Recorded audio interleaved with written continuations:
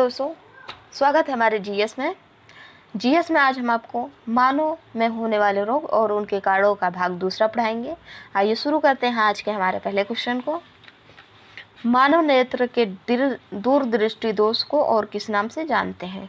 तो विकल्प कुछ इस प्रकार है: मलेरिया, हाइपरमेट्रोपिया, मोतियाबिंद, इनमें से कोई नहीं। आंसर गेस कीजिए। Right answer is option B, hypermetropia. मानव नेत्र के दूरदृष्टि दोष को हाइपरमेट्रोपिया के नाम से भी जानते हैं। अगला क्वेश्चन, निमोनिया किस सूक्ष्म जीव के कारण होता है? तो सबसे पहले हम जानते हैं निमोनिया क्या होता है। निमोनिया एक या दोनों फेफड़ों में एक गंभीर फेफड़ों का संक्रमण है जो बैक्टीरिया के कारण होता है। निमोनिया बैक्टीरिया के कारण होता है।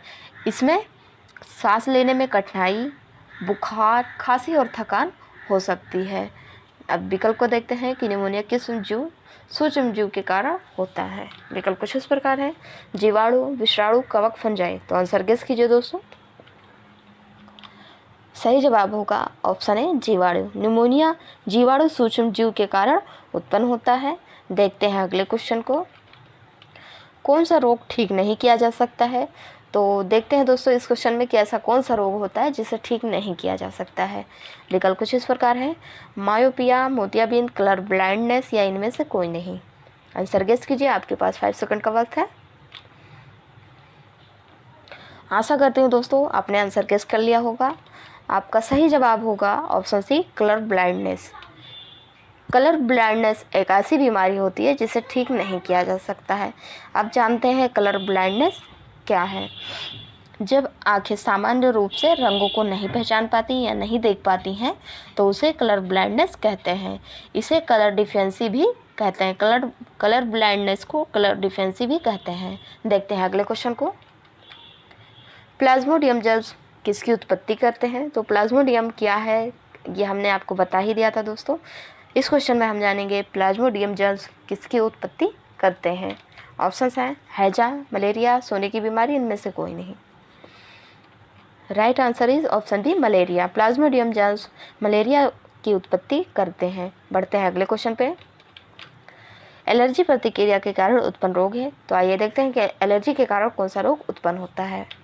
विकल्प है हीमोफीलिया, दमा, पोलियो, खसरा। सही जवाब होगा ऑप्शन बी, दमा।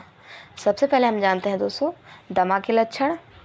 आम लक्षणों में घरघराहट, खांसी, सीने में जकड़न और सांस लेने में दिक्कत होती है। एलर्जी के कारण दमा उत्पन्न होता है। देखते हैं अब अगले क्वेश्चन को इसी क्रम में।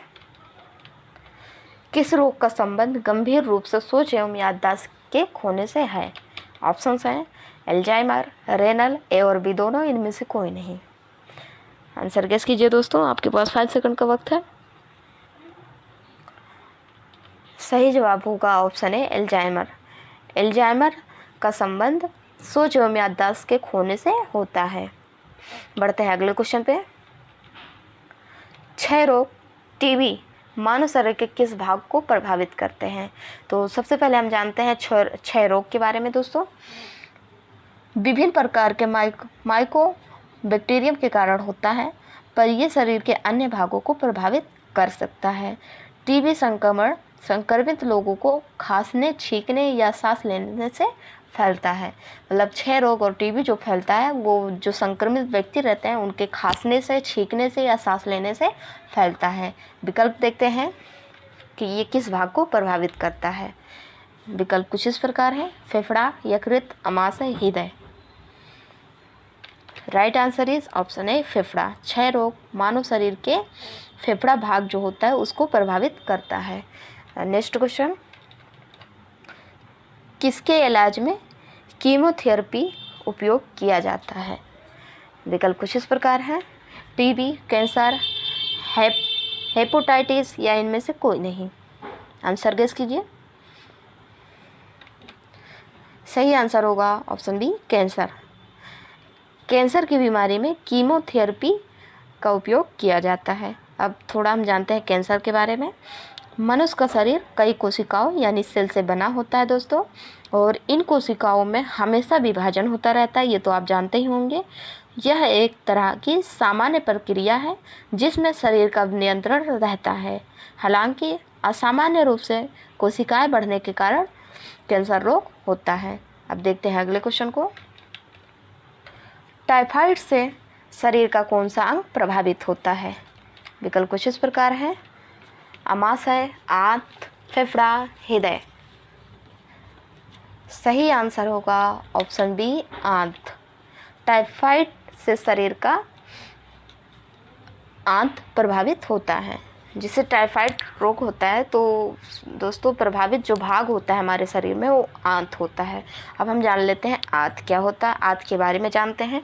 मानव शरीर रचना विज्ञान में आंत या बड़ी आंत अतड़ी आहार नली की हिस्सा होती है जो पेट से गुर्दा तक फैली होती है तथा मानव और अन्य स्तनधारियों में या दो भागों में छोटी आंत और बड़ी आंत होती है। बढ़ते हैं अगले क्वेश्चन की ओर। किसकी कमी से दांत की बीमारी होती है? तो आइए देखते हैं दोस्तों कि ऐसी कौन सी कमी होती है जिससे दांत की बीमारी होती है। विकल्प कुछ इस प्रकार है। फ्लोरीन, मैग्नीज, क्लोरीन या इनमें से कोई नहीं। Right answer is option A, fluorine. Fluorine की कमी से दांत की बीमारी होती है। Next question. मीना-मता रोग किससे होता है? तो पहले हम जानते हैं मीना-मता रोग होता क्या है। औद्योगिक उत्सर्जन और सोने के खनन जिसे माध्यमों से पर्यावरण में प्रवेश करता है।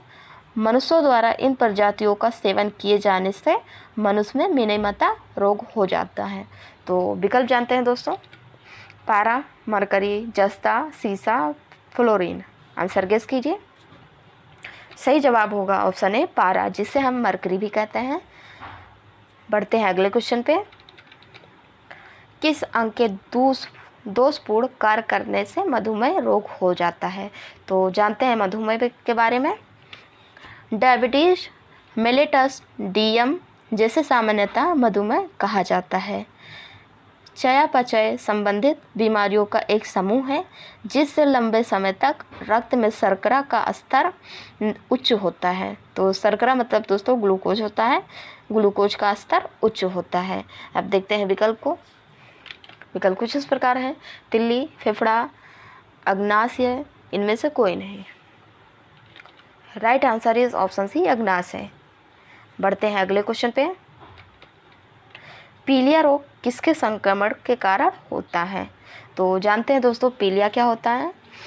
शरीर में बिलीरुबिन का स्तर बढ़ जाने के कारण त्वचा, नाखून और आँखों का सफ़ेद भाग जो होता है वो पीला नज़र आने लगता है। इस समस्या को पीलियो कहते हैं। विकल्प कुछ इस प्रकार है। प्लीहा, यकृत, हृदय, गुर्दा। आंसर गेस कीजिए कि पीलिया रोग किसके संक्रमण के कारण होता है। विकल्प हमने 4 दिया है, आपको सही विकल्प चुनना है। सही आंसर होगा ऑप्शन बी, यकृत। पीलिया रोग के संक्रमण के कारण होता है यकृत। अगला क्वेश्चन। कैंसर अस्थि मज्जा के कौन से भाग को प्रभावित करता है? तो दोस्तों देखते हैं कि कैंसर अस्थि मज्जा के कौन से भाग को प्रभावित करता है। ऑप्शंस हैं ग्लूकोमिया, ल्यूकोमिया, ए और बी दोनों, इनमें से कोई नहीं। आंसर गेस कीजिए।